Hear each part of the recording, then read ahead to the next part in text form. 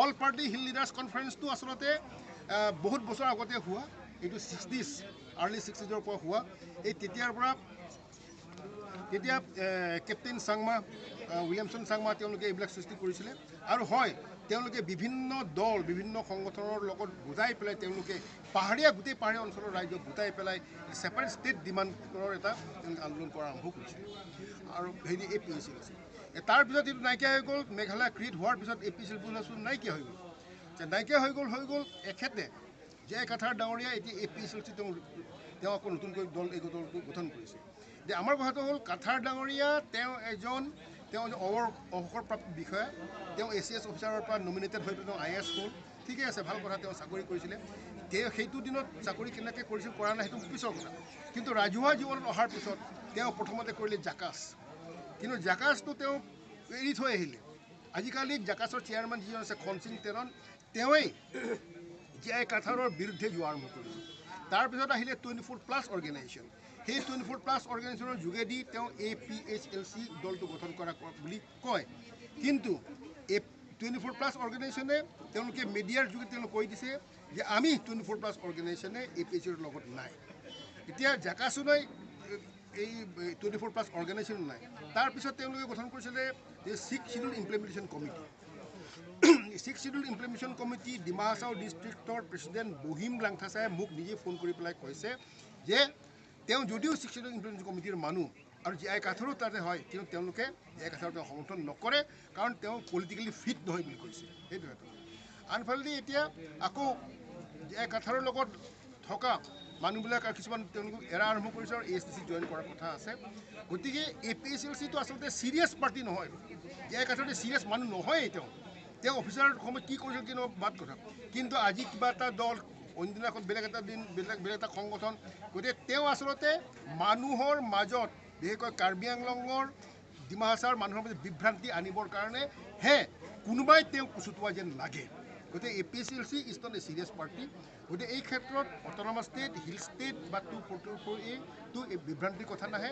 এতিয়া কোনোবাই আচলতে ইয়াত পানী ঘোলা কৰিছে হয়, আৰু পানী ঘোলা কৰিবলৈ চেষ্টা কৰিছে হয়, কিন্তু আমি মানুহৰ মাজত এই কথাক লৈ যোৱাৰ লগে লগে লাহে লাহে এই পানীটো পৰিষ্কাৰ হৈ আহিছে। কাৰণ কি বিজেপি অট'নমাছ ষ্টেট বিচাৰিছে, কংগ্ৰেছে অট'নমাছ ষ্টেট বিচাৰিছে, ASTCটো আছেই, তাৰ উপৰিও APSLC যিটো কৈছে সিহঁতে অট'নমাছ ষ্টেট বিচাৰিছে। সেইকাৰণে বৰ্তমান ৰাইজ বিভ্ৰান্তিত পৰিছে। গতিকে আপুনি এইখনৰ ওপৰত কি ক'ব?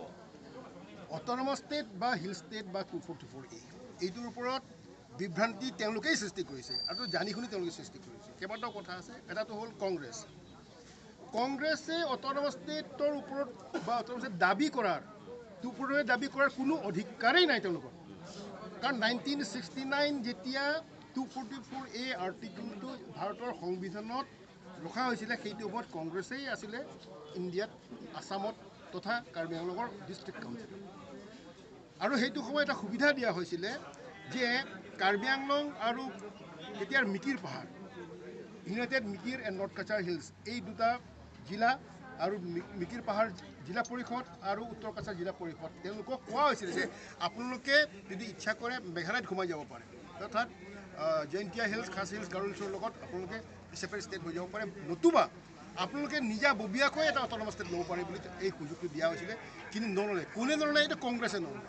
কিয় নল'লে এইটো বেলেগ কথা, কিন্তু কংগ্ৰেছে নল'লে। গতিকে যি কংগ্ৰেছে নেকি তেতিয়াই অট'নমাছ ষ্টেট নল'লে, আৰু তেতিয়া নল'লে বাৰু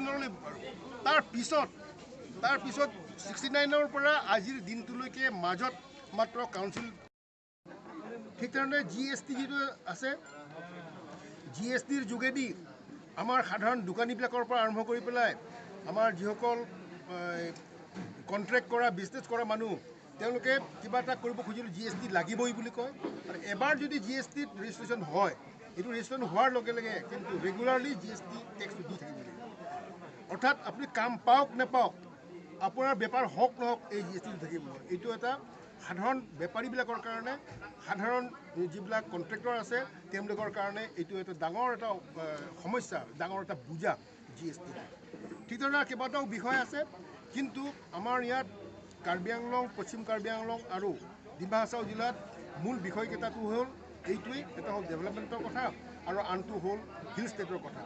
এই দুটা বিষয় আমি ৰাইজৰ মাজত লৈ গৈ আছোঁ, ৰাইজৰ মাজত এইবিলাক স্বীকাৰো কৰিছে আৰু আমি ভবাত এইবিলাক বিষয়ত ভাৰতীয় জনতা পাৰ্টি তেওঁলোকে ডেভেলপমেণ্টৰ কথাই হওক, হিল ষ্টেটৰ কথা হওক, তেওঁলোকে একো কৰিব নোৱাৰে, বৰঞ্চ তেওঁলোকেহে এটা ডাঙৰ বাধা, হিল ষ্টেট হোৱাত তেওঁলোকেহে ডাঙৰ বাধা ডেভেলপমেণ্ট হোৱাত। তাৰ বাহিৰেও কংগ্ৰেছ দলৰো একেই কথা, কংগ্ৰেছে তেওঁলোকে এই দুইটা বিষয়তে তেওঁলোকে এটা বাধা হিচাপে সৃষ্টি কৰিছে।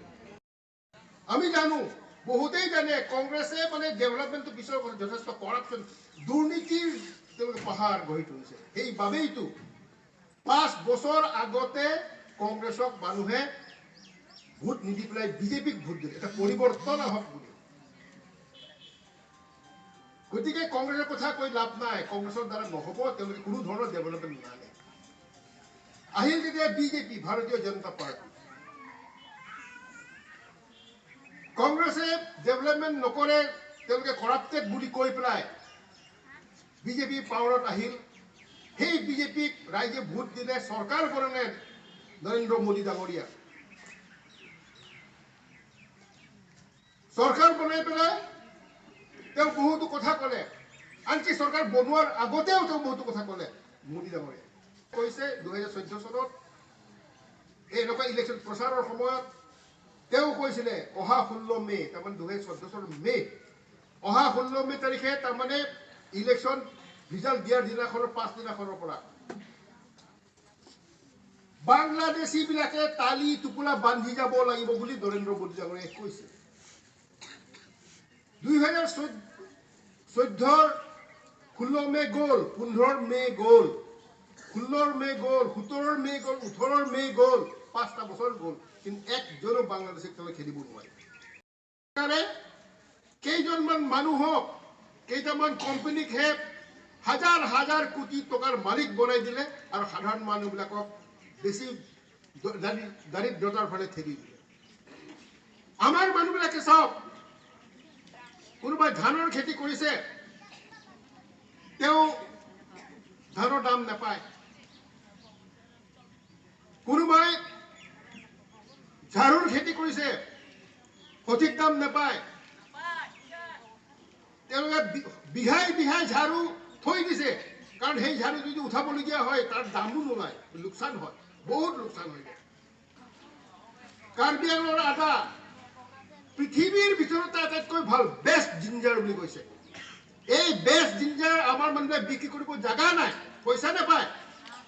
মোদী চৰকাৰবিলাকৰ কাৰণে আমাৰ মানুহবিলাকে কুঁহিয়াৰৰ খেতি কৰে,